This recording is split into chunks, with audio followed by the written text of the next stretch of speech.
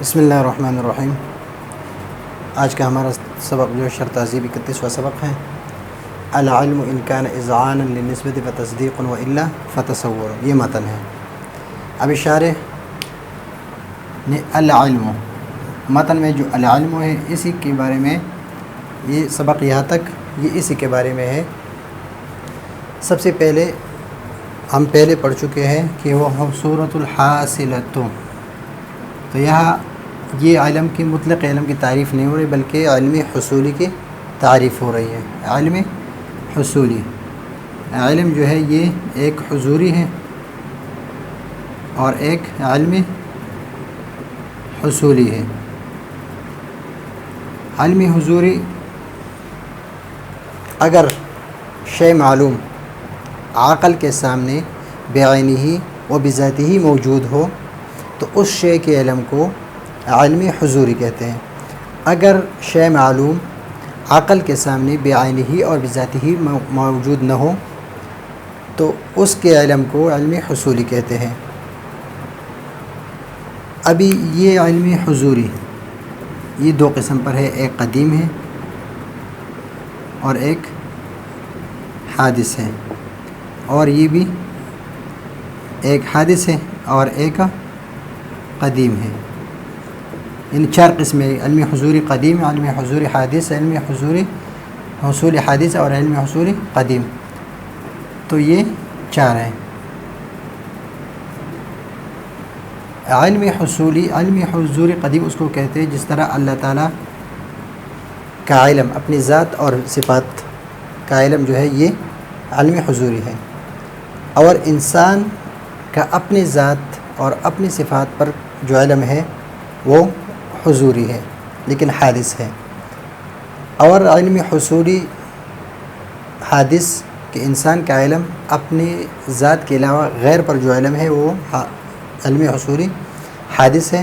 اور علم حصولی قدیم جو ہے یہ صرف فلاسفہ کے نزدیک ہے کہ فرشتوں کا علم وہ اس کو قدیم کہتے ہیں، لیکن ہمارے ہاں صرف قدیم کون سا ہے؟ صرف اللہ تعالیٰ کا علم قدیم ہے، باقی علم قدیم نہیں ہے۔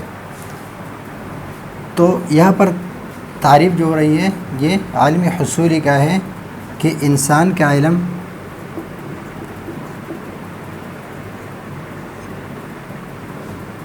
اپنی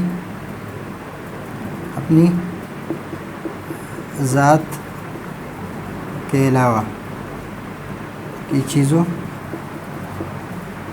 کا علم، تو یہ ہے علم حصولی۔ یہاں مطلق علم کی تعریف نہیں ہے بلکہ یہ علم حصولی ہے۔ پھر حصول صورت الحاصلۃ من الشیء عند العقل، اور یہ صورت جو ہے یہ صورت، اس صورت سے مراد شکل اور ہیئت مراد نہیں ہے بلکہ وہ مثال مراد ہے جس کے ذریعے سے یہ دوسری چیزوں سے اپنے یعنی جو اس کے علاوہ جو چیزیں ہیں اس سے ممتاز ہو جائے، اس سے الگ ہو جائے اور اس کی الگ پہچان بن جائے، اس کو کہتے ہیں صورت۔ صورت سے شکل اور حیات مراد نہیں ہے۔ پھر اس میں یہ تعریف جو ہے، تعریف مشہور تعریف کیا ہے؟ ہوا حصول صورت الشیء عند العقل، صورت الشیء فی العقل،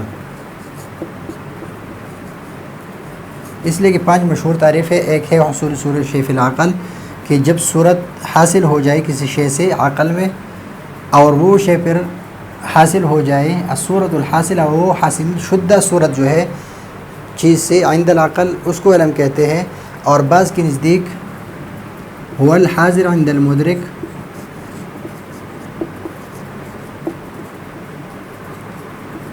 کہ جو صورت حاصل ہو عقل میں حاصل ہو وہ جب مدرک کے ہاں حاضر ہو تو اس کو علم کہتے ہیں۔ اور یا قبول النفس لے تلک الصورہ، یا نفس اس صورت کو جب قبول کر لے تو اس کو علم کہتے ہیں۔ اور یا جو متکلمین کی نزدیک ہے الاضافۃ بین الاضافۃ الحاصلۃ بین العالم والمعلوم. تو اس کا ایک جواب تو یہ ہے کہ علم حصول نہیں ہے، علم حصول نہیں ہے بلکہ صورت ہے. تو اس وجہ سے کہا کہ الصورۃ الحاصلۃ. دوسرا جواب یہ ہے کہ یہاں پر صورت الشیء کی جو اضافت ہے، صورت الشیء کی جو اضافت ہے، اس کے مطلب یہ ہے کہ صورت جو ہے شیء کے موافق ہو، صورت شیء کے موافق ہو، اس سے یہ پتہ چلتا ہے. اور صورت الحاصلۃ من الشیء، اس میں یہ ہے کہ وہ شیء صورت کے موافق ہو یا نہ ہو. تو اگر یہ تعریف لیا جائے کہ صورت الشیء وہ حصول صورت الشیء، اس میں سے جہل مرکب جو ہے، جہل مرکب اس سے نکل جاتا ہے، اس لیے کہ جہل مرکب میں صورت جو ہے شیء کے موافق نہیں ہوتی، صورت شیء کے موافق نہیں ہوتی، اس لیے کہ جہل مرکب میں خارج میں جو ہوتا ہے، جو انسان سوچتا ہے وہی نہیں ہوتا ہے. تو اس وجہ سے صورت الشیء من العقل، اس میں جہل مرکب نکل جاتا ہے. تو یہ تعریف اپنے افراد کے لیے جامع نہیں ہے، تعریف جامع نہیں ہے، اس کا ایک فرد جو ہے یہ تعریف سے نکل جائے. تو اس وجہ سے اس تعریف کو چھوڑ کر اس تعریف کو اختیار کیا ہوا حصول حاصلۃ من الشیء عند العقل. اور جب من الشیء کہیں تو یہ موافق ہو یا نہ ہو. تو ایک بات یہ ہو گئی کہ صورت سے مراد شکل اور حیت نہیں ہے، شکل سے مراد وہ مثال ہے کہ جس کے ذریعے سے وہ عقل کے نزدیک دوسری چیز سے ممتاز ہو جائے اور الگ ہو جائے. والمصنف یہاں پر لم يتعرض لتعریفی. علم ان كان اذعان النسبت فتصدیق والا فتصور. تقسیم شروع کر دیا. علم دو قسم پر ہے کہ ایک تصور ہے ایک تصدیق ہے. اگر اذعان ہے تو تصدیق، اذعان نہیں ہے تو تصور ہے، اور تعریف نہیں کیا ہے. تو اس پر اعتراض ہے. تو اس اعتراض سے بچنے کے لیے شارح نے اس کے 3 جوابات دی ہے. ایک یہ کہ مصنف نے اس کی تعریف اس وجہ سے نہیں کی، یا تو اکتفا کیا بالتصور بوجہ ما فی مقام التقسیم.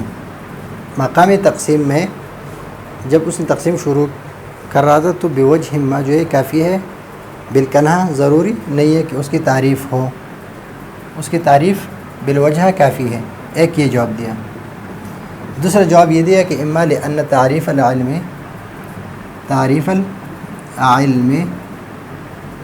مشہور مستفیض.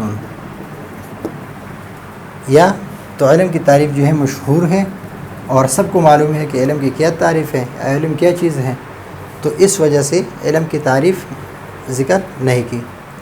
تیسری جواب و اما، اور صیغہ تضعیف کے ساتھ، ضعف کے ساتھ اس کو بیان کیا کہ علامہ قیلہ، اس لیے کہ لأن العلم بدیہی التصور، کہ علم کیا ہے، بدیہی التصور ہے.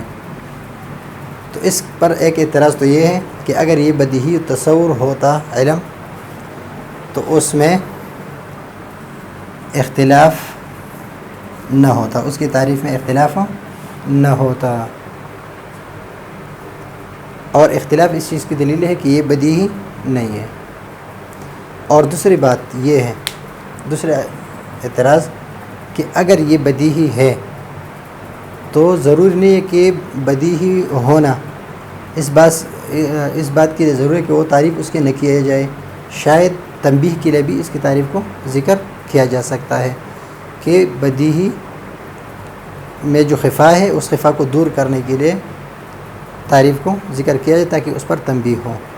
تو یہ ہے آج کا ہمارا سبق کہ العلم کے بارے میں ہے کہ علم کی تعریف جو دوسری تعریف ہے، ایک ہے صورت، جب صورت حاصل ہو جاتی ہے، مثلا آئین میں ایک چیز ہے اس کے سامنے تو اس میں صورت آ جاتی ہے، پھر وہ صورت جو ہے وہ حاصل ہو جاتا ہے اس آئینے میں، پھر وہ چیز جو ہے وہ اس میں جب حاضر رہے تو اس کو علم کہتے ہیں. اور بعض کہتے ہیں کہ جب یہ عقل اس صورت کو قبول کر لے تو اس کو علم کہتے ہیں. اور بعض کہتے ہیں کہ نہیں، جب دونوں کے درمیان اضافہ، اچاروں کے بعد جب اضافت ہو علم اور عقل، عالم اور معلوم کے درمیان جو نسبت اضافت پیدا ہو جائے، حاصل ہو جائے تو اس کو علم کہتے ہیں. تو یہاں پر دوسری تعریف جو ہے اس کو اختیار کیا، اور پھر جو تعریف ذکر نہیں کی تو اس کے 3 جوابات ذکر کیے ہیں. تو یہ ہے آج کا ہمارا سبق.